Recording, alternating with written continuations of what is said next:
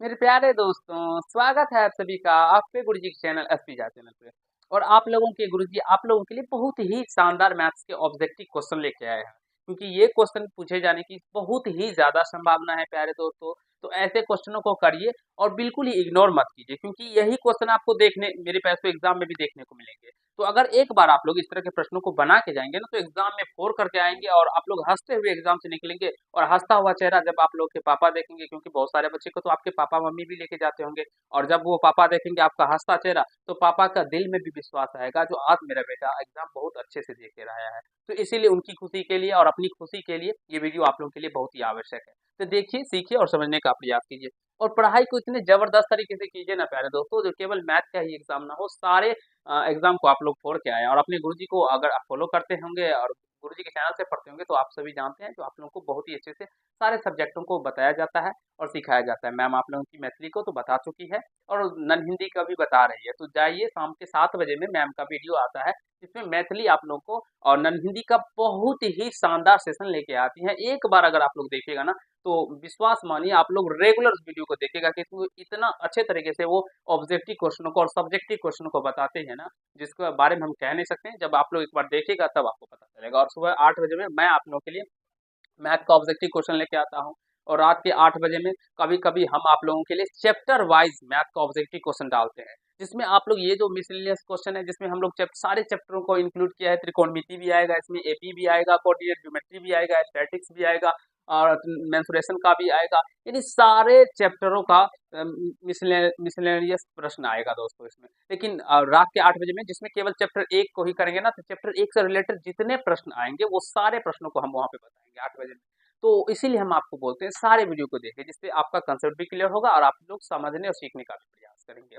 और मैम आपको बता ही रही है। तो चलिए, सबसे पहले ये क्वेश्चन का आंसर सारे प्यारे भाई हमारे कमेंट बॉक्स में कमेंट कीजिए, इसका क्या मार रहे हैं। और ये आपका क्वेश्चन पूछा गया है, प्रीवियस ईयर क्वेश्चन है। कहा गया है, यदि कोई रेखा वृत्त के सिर्फ एक बिंदु पे स्पर्श करती है, तो वह रेखा कहलाती है। यानी वह रेखा क्या कहलाएगा प्यारे दोस्तों, जो केवल वृत्त को एक बिंदु पे स्पर्श करता है? जीवा कहलाएगा, या स्पर्श रेखा कहलाएगा, या छेदक रेखा कहलाएगा, या इनमें से कोई नहीं?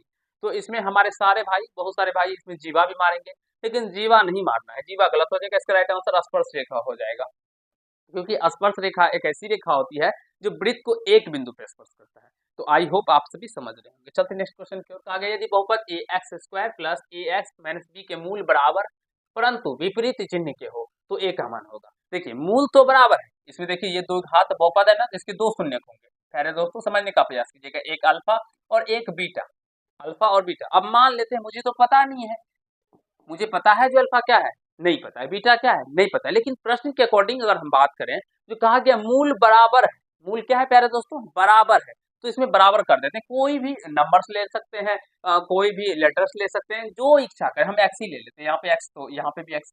परंतु विपरीत चिन्ह, चिन्ह क्या है प्यारे दोस्तों, चिन्ह क्या है, विपरीत है। यानी एक प्लस में है तो दूसरा माइनस में होगा। तो आशा करता हूँ समझ रहे हो। तो ए का मान क्या होगा, यानी ए का मान निकालने के लिए बी में आता है, तो इसलिए अल्फा प्लस बीटा निकालिए। तो अल्फा प्लस बीटा का फॉर्मूला होता है माइनस का बी बटे का ए। अल्फा को हमने एक्स माना, बीटा हमारा माइनस का एक्स है, तो माइनस का एक्स बराबर माइनस बी का मान क्या है ए, और बटे ए का मान क्या है एक। तो यहाँ से माइनस एक्स में से एक्स गया तो जीरो बटे माइनस ए बटे एक, क्रॉस मल्टीप्लाई कीजिएगा तो ए का मान जीरो निकल के आ जाएगा, क्योंकि जीरो में माइनस लगाइए या प्लस लगाइए, ये जीरो माइनस या प्लस में नहीं होता है। तो इसलिए this will be right answer. अरे भाई क्या आ गया, प्रश्न सही है ना। यदि बहुपद एक्स स्क्वायर मूल बराबर परंतु विपरीत चिन्ह के हो तो ए का मान क्या होगा, ए का मान सही है ना, अल्फा प्लस बीटा बराबर माइनस का बीटा। एक बार हम क्वेश्चन को मिला लेते हैं प्यारे दोस्तों, ठीक है। आप लोग भी तब तक देखिए, हम एक बार देख लेते हैं क्या कहीं क्वेश्चन मिस्टेक तो नहीं है, क्योंकि बहुत प्रश्न हमारे टाइपिस्ट महोदय जो लिखते हैं ना, उनका तो हम बता ही नहीं सकते हैं। वो तो सीधा अपना हिसाब से क्वेश्चन लिख देते हैं। उन्हें क्या पता, जो प्रश्न में अगर एक भी चीज मिस्टेक हो जाए इधर उधर, तो गुरुजी भी फंस जाएंगे ना, गुरुजी के भी दिमाग काम नहीं करेगा वहां पे।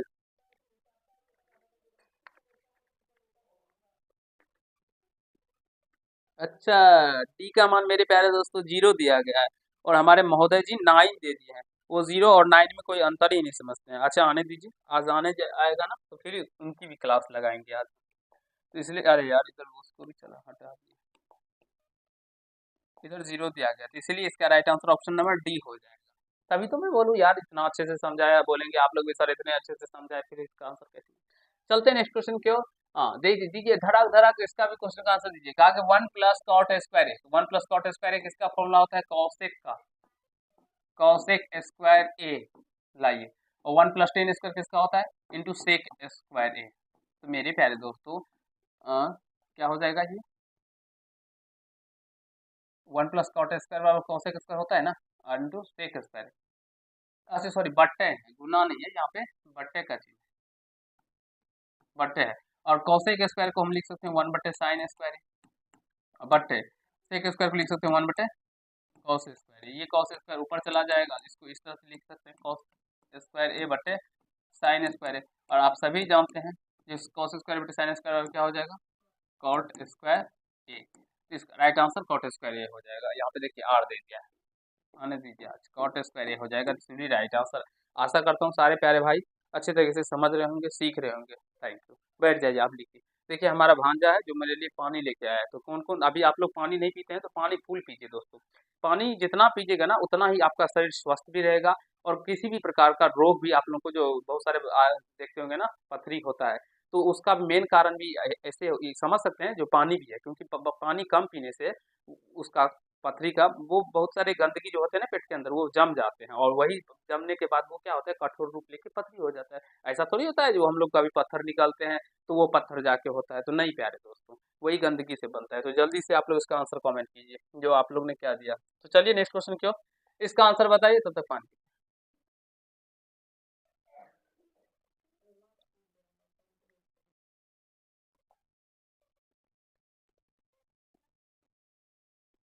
देखिए एक शंकु का आयतन दिया गया है, एक 1570 सेंटीमीटर क्यूब है। यदि इसका आधार का क्षेत्रफल, यदि इसके आधार का क्षेत्रफल इतना है तो इसकी ऊंचाई है। तो देखिए आयतन क्या होता है ना शंकु का, आयतन कितना दिया गया है, 1570। अब अगर बात करें प्यारे भाइयों, तो यहाँ से समझने का प्रयास कीजिएगा। शंकु का आयतन का होता है 1/3 पाई r² h बराबर में 1570। अब आधार का क्षेत्रफल भी 314 दिया गया है। तो शंकु जो होता है प्यारे भाइयों इस तरह से होता है,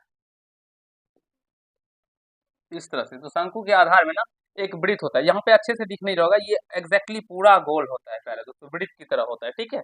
तो यहाँ पे ये कि वृत्त होता है, तो इसलिए यहाँ पे पाई² है, तो इसका मान आधार का क्षेत्रफल जो दिया गया है उसके बराबर भी कर सकते हैं, इसको 314 h गुना h कर देंगे बराबर में 1570। देखिए 3 से तो कटेगा नहीं, तो यहाँ से ये कट जाएगा, लेकिन जरूर 5 से कटेगा, 5 से कटिएगा तो ये 5 वहाँ से कट जाएगा। तो h का मान प्यारे दोस्तों ये गुना में इधर जाएगा तो गुना हो जाएगा, 15 सेंटीमीटर हो जाएगा। तो 15 सेंटीमीटर ऑप्शन में बी हो जाएगा। तो आशा करता हूँ सारे प्यारे प्यारे भाई इसे समझ रहे होंगे, सीख रहे होंगे, कहीं कोई दिक्कत नहीं हो रहा होगा। एक पासे को फेंकने पर एक आभास संख्या आने की प्रायिकता क्या होगी, इस तरह के प्रश्न बहुत बताएं, तो ये आप नहीं बताएंगे, हम जल्दी से आप सभी कमेंट कीजिए और आपसे कमेंट हम देखेंगे फिर बताएंगे, ठीक है प्यारे दोस्तों। देखिए एक पासे को फेंका जाता है तो कुल परिणाम जो होता है NS कह सकते हैं कितना हो जाएगा, 6 होता है। और यहाँ से PE निकालिएगा,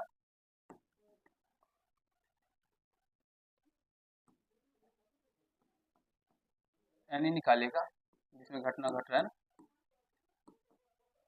परिणाम एक पासे को फेंक, आभास संख्या, आभास संख्या कितना होता है, 1 2 3 4 5 6। 6 में कौन कौन सा आभास संख्या है, ये रहा, उसके बाद ये रहा और ये रहा, 3 होता है दोस्तों। तो यहाँ से प्रायिकता इसका क्या हो जाएगा, तो प्रायिकता बराबर क्या हो जाएगा, NE/NS 3/6, 3 का 3 3 दूनी 1/2। ये सूत्र है, हम आज सूत्र पे आज बना के दिखाएं आप लोगों को, नहीं तो इसको डायरेक्टली भी बना देते। चलते हैं क्वेश्चन। एक मीनार से 100 मीटर दूर स्थित बिंदु पर मीनार का उन्नयन कोण 60 डिग्री है। एक मीनार है प्यारे दोस्तों, इससे 100 मीटर की दूर स्थित पे यहाँ पे कोई बिंदु है, और इस बिंदु से इसका उन्नयन कोण कितना है, तो 60 डिग्री है। ये 60 डिग्री है दोस्तों, ये 100 मीटर है। तो मीनार की ऊंचाई क्या होगा, इसकी ऊंचाई हमें बताना है। चलिए यहाँ से 10 का लगाइएगा, फॉर्मूला निकल के आ जाएगा। तो 10 60 डिग्री बराबर, इसकी ऊंचाई को हम लोग h ही मान लेते हैं, ठीक है। तो यहाँ से पी बटे एस तो पी बटे बी, सॉरी पी बटे बी से बी, यहाँ से 100, तो 10 7 का मान √3 होता है, तो √3 एच बटे 100 क्रॉस मल्टीप्लाई करने पर कुछ नहीं है तो 1 है, 1 को एच से गुना कीजिएगा तो एच, और 100 को √3 से गुना कीजिएगा तो 100√3 मीटर हो जाएगा। तो यहाँ से 100√3 मीटर ऑप्शन नंबर बी में है, तो बी इसका राइट आंसर हो जाएगा। देखिए आसान ही क्वेश्चन है, यहाँ पे 60 है ना दोस्तों, तो ये दिया है तो यहाँ से समझिए ये भुजा और ये भुजा में कौन सा संबंध होता है, तो ये दोनों भुजा में अगर हम बात करेंगे ना तो ये पी हो गया और ये क्या हो जाएगा, बी हो जाएगा, तो पी भी 10 का ही होता है, तो कॉट, तो दोनों में से किसी का प्रयोग कर दो। यदि बहुपद इतना के मूलों का गुणनफल 8 हो तो ए का मान, देखिए मूलों का गुणनफल अल्फा इंटू बीटा का मान दिया गया कितना 8, और इसका फॉर्मूला होता है सी बटे ए बराबर 8। बहुत ही आसान क्वेश्चन, सी का मान ए बटे एक्स, ए का मान 8, तो यहाँ से ए का मान क्या निकल के आएगा 8 ही निकल के आएगा, तो देन इसीलिए राइट आंसर ऑप्शन नंबर 8 हो जाएगा। और आशा करता हूँ सारे प्यारे भाई इसी तरह से सारे क्वेश्चनों को बना रहे होंगे, ठोक रहे होंगे। तो क्या कमेंट कीजिएगा दोस्तों, क्या समझ में आ रहा है या नहीं आ रहा है। अगर किसी भी चैप्टर में आप सभी को प्रॉब्लम होता हो, दिक्कत हो, तो कमेंट कर दीजिएगा। कि किस मान के लिए समीकरण का इतना और इतना के अनंत हल है। अनंत कब हल होता है ना प्यारे भाइयों, जब a1 बाय a2 बराबर हो b1 बाय b2 बराबर c1 बाय c2 हो। तो यहाँ से a1 का मान देखिए, a1 क्या है 1 बटे a2 क्या है यहाँ से k बराबर b1 क्या है यहाँ से 2 बटे b2 क्या है यहाँ पे k, है ना। बस इसको भी रख सकते हैं, c1 में c2 को भी रख के हल कर सकते हैं, या यहाँ से क्रॉस मल्टीप्लाई कर दीजिए तो भी निकल के आ जाएगा।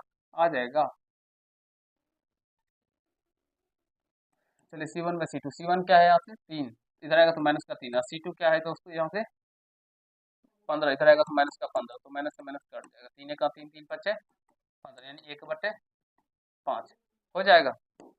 तो क्रॉस मल्टीप्लाई कर देते हैं, कर दे, क्रॉस मल्टीप्लाई करने पे क्या हो रहा है, एक सेकेंड हम प्रश्न को देख लेते हैं एक बार। 33 2x प्लस, अरे यार प्रश्न ही गलत लिखा, 2x x प्लस 2y दिया गया यहाँ पे, ये कैसे हो जाएगा x प्लस 2y, अरे यार ये हमने कहाँ से दे दिया फिर,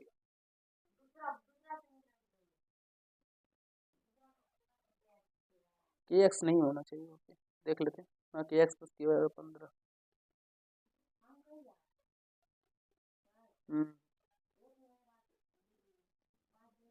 a1 1 और a2 के, ठीक है, प्लस b1 2 और b2 के हो गया।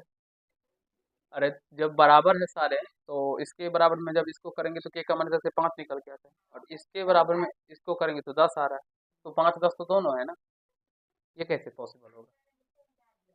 आंसर में तो 10 दिया, ये दिया गया, लेकिन ये पॉसिबल तो है नहीं, ये केवल इसी को लेंगे, ये तीनों तो आपस में बराबर होते हैं, किसी को भी किसी को लेके सकते हैं ना प्यारे दोस्तों। आप लोग भी कमेंट कीजिए जो क्या प्रश्न में इधर उधर हो रहा है क्या। मुझे तो प्यारे भाइयों यहाँ पे प्रश्न में ही इधर उधर लग रहा है, क्योंकि यहाँ पे दोनों में के नहीं होना चाहिए, मुझे जैसा लग रहा है, ठीक है। अगर एक में के होता तो फिर ये कम हो भी जाता। इसको मेरे प्यारे दोस्तों छोड़ देते हैं, ठीक है ना। या तो यहाँ पे मेरे अकॉर्डिंग अगर बनाने का प्रयास कीजिएगा तो इसको काट के, और मुझे लग रहा है कि यहाँ पे 5 दे दीजिएगा, अगर 5 दीजिएगा तो यहाँ पे क्या हो जाएगा फिर 5 हो जाएगा, तो आप निकल के निकालिएगा प्यारे दोस्तों, तो आपको 10 निकल के आ जाएगा, के बराबर क्या हो जाएगा क्रॉस मल्टीप्लाई करने पे 10 निकल के आ जाएगा। तो यही ऑप्शन, यही आंसर होगा 5x ही होगा दोस्तों, मुझे लग रहा था थोड़ा मिस्टेक, ठीक है। आई होप आप सभी समझ रहे होंगे। चलते नेक्स्ट क्वेश्चन। किसी त्रिभुज एबीसी के दो शीर्ष आप लोगों को दिया एवं केंद्रक दिया गया, तीसरे शीर्ष निकालना है। तो आप सभी जानते हैं जो केंद्रक का जो फॉर्मूला होता है ना प्यारे भाई, क्या होता है x1 plus x2 plus x3 बटे 3 होता है ना। x का मान यहाँ से केंद्रक का मान 3 दिया गया है, और x1 2 प्लस x2 का मान 1, और x3 नहीं है ना, x3 को x3 ले लेते हैं, ठीक है। बट्टे में क्या हो जाएगा 3, क्रॉस मल्टीप्लाई करने पे 3 3 9 प्लस का 2 1 3 प्लस का x, तो ये 3 इधर आ जाएगा घट जाएगा, तो 9 माइनस का 3 बराबर में x, यानी x का मान यहाँ से 6 निकल के आ गया, तो एक तो 6 होगा। अब y निकालना होगा, तो छोड़िए ना, देखिए ना x का मान किसमें y x यानी 6 आ रहा है, तो यही ऑप्शन नंबर सी में, तो ऑप्शन नंबर सी इसका राइट आंसर हो जाएगा, या निकालिएगा तो भी 0 निकल के आ जाएगा। तो ये तरीका है होता है दोस्तों प्रश्नों को समझने का, सीखने का और बनाने का। तो ये कंसेप्ट सीखिए और इस तरह से बना सकते हैं, क्योंकि जब एक ही से आंसर निकल के आ रहा है तो फिर दूसरा को क्या निकालना, ठीक है। चलते हैं नेक्स्ट क्वेश्चन पर। तो अब कहा गया है कौशिक 90 डिग्री माइनस थीटा, तो कौशिक 90 डिग्री माइनस थीटा को हम क्या कह सकते हैं, ये क्या होता है सेक थीटा ना, सेक थीटा होता है into sine 90 degree minus theta equal to cos theta, तो इसका मान पूछा गया है। तो sec theta into cos theta का मान क्या होता है 1 होता है, तो ऑप्शन नंबर ए इसका राइट आंसर हो जाएगा। देखिए कितने आसान क्वेश्चन आप लोगों के एग्जाम में पूछे जाते हैं, बस आपको समझना होता है। अगर एक बार समझ लेंगे तो आप लोग इसे अच्छे तरीके से सॉल्व कर पाएंगे, कहीं से कोई दिक्कत समस्या नहीं होगा मेरे भाई। द्विघात बहुपद के शून्यक है। अब शून्यक निकालना है दोस्तों, तो इस दो का इस तरह से फैक्टर करिए, जो यहाँ पे एक्स स्क्वायर में कुछ नहीं होना चाहिए, अगर हो रहा था तो गुना करते तब निकलता। दो को इस तरह से फैक्टर कीजिए, जोड़ने पे 3x आना चाहिए, यानी 3 आना चाहिए। तो 2 और 1 अगर हम जोड़ देंगे प्यारे दोस्तों तो क्या हो जाएगा, 3 आ जाएगा, ठीक है ना। एक्स एक, तो यहाँ से अगर शून्य निकालने का होगा, चिन्ह चेंज कर दीजिएगा, प्लस में 2 है तो माइनस में 2, माइनस में 1 हो जाएगा। ऑप्शन नंबर ए इसका राइट आंसर हो जाएगा। कहा गया ये दिया गया, यदि p plus 1 comma 2p plus 1 comma 4p plus sorry minus का 1 AP में हो तो p का मान होगा। तो ये डी सार्वंतर निकालें, सार्वंतर का फॉर्मूला होता है दोस्तों, तभी निकलेगा p का मान। A2 माइनस का A1 बराबर A3 माइनस का A2। A2 यहाँ से ये A1 A2 A3 है, तो A2 का मान क्या है, यहाँ से 2p प्लस का 1 माइनस का A1, A1 क्या है, p प्लस का 1। अब A3 का मान क्या है मेरे प्यारे मित्रों, 4p माइनस का 1 माइनस A2 का मान क्या है, 2p प्लस का। तो चलिए यहाँ से 2p प्लस का 1 माइनस का p माइनस का 1 और 4p माइनस का 1 माइनस का 2p माइनस का 1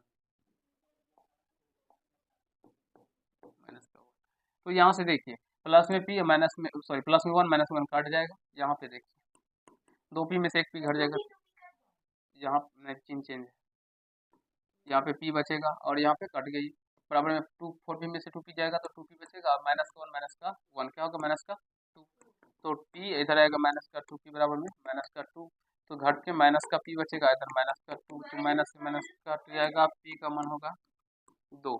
तो जो भी प्यारे भाई हमारे ऑप्शन बी को टिक करेंगे वही सही हो जाएंगे। तो और इस तरह के क्वेश्चन आपको एग्जाम में पूछे जाते हैं, इसे इग्नोर मत कीजिए, इसे समझिए और सीखने का प्रयास कीजिए। यदि दो समांतर रेखाओं के बीच की दूरी 14 सेमी है, एक वृत्त दोनों रेखाओं को स्पर्श करता है, एक वृत्त है दोस्तों इस तरह से, और ये दोनों समांतर रेखा को स्पर्श कर रहा है इस तरह से, ठीक है। तो वृत्त की त्रिज्या निम्न में से कौन सी, हमें वृत्त की त्रिज्या निकालनी है और इसके बीच का दूरी दिया गया है, बीच का दूरी कितना है, 14 सेंटीमीटर। मेरे प्यारे दोस्तों ये जो बीच की दोनों समांतर रेखाओं का जो त्रिज्या होता है, ये बीच की दूरी दिया गया है, ये वृत्त के व्यास के बराबर होता है, यानी d बराबर क्या हो जाएगा 14, तो r का मान क्या हो जाएगा, आधा हो जाता है ना व्यास का, तो 7 सेंटीमीटर हो जाएगा। देखिए कितना आसान क्वेश्चन है, लेकिन आप लोग जब पढ़िएगा ना तो आपको पता चलेगा यार कैसा प्रश्न आ गया, मुझे तो बन ही नहीं रहा है, कैसे बनेगा सर बता दीजिए। तो इसमें कुछ भी नहीं होता, बस एक सा कंसेप्ट है जो याद रखना होगा, जो ये दो इस तरह से जब समांतर रेखाओं के बीच में वृत्त स्पर्श बीच में हो और यानी कि दोनों रेखाओं का स्पर्श करता हो और वृत्त की त्रिज्या निकालना हो, तो बस जो समांतर रेखाओं का जो बीच की दूरी दिया रहता है ना वो वृत्त के व्यास के बराबर होता है। आप देख सकते हैं यही वृत्त का तो व्यास होगा, यहाँ अगर मान लीजिए ये केंद्र है दोस्तों, ठीक है, और इस तरह से देखा जाएगा तो ये वृत्त का क्या होगा, व्यास होगा। चलते नेक्स्ट क्वेश्चन की ओर, तो इसका आंसर सॉरी 7 सेंटीमीटर हो जाएगा। यदि समांतर चतुर्भुज की सभी भुजाएं एक वृत्त को स्पर्श करे तो वह समांतर चतुर्भुज होगा। देखिए दोस्तों एक मान लीजिए इस तरह से एक वृत्त है और एक समांतर चतुर्भुज की भुजा इस तरह से है,